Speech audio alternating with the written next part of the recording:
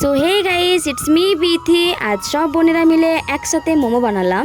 প্রথমে ময়দাটা মেখে নিলাম, আর পুরের জন্য নিয়েছি চিকেন, পেঁয়াজ, আদা, রসুন, কাঁচা লঙ্কা। আমরা যখনই সব বোনেরা একসাথে হই তখনই কিন্তু আমরা কিছু না কিছু করে খাই।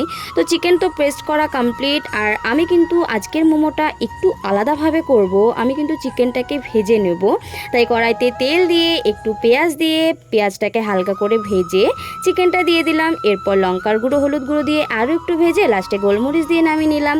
এদিকে কিন্তু ওরা ময়দাটা ছোট ছোট করে লেচি কেটে বেলে রেখেছে। তারপর সবাই মিলে হাতে হাতে মোমোগুলো বানিয়ে নিলাম।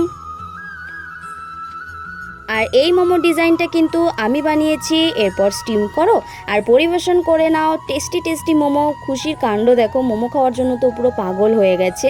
চলো এবার আমি খেয়ে দেখি কেমন খেতে হয়েছে। দারুণ টেস্টি হয়েছে, সেই স্বাদ হয়েছে। দেখো সবার খাওয়ার অবস্থাটা দেখো। তো আজকের জন্য এটুকুই, দেখা হচ্ছে পরের ভিডিওতে। বা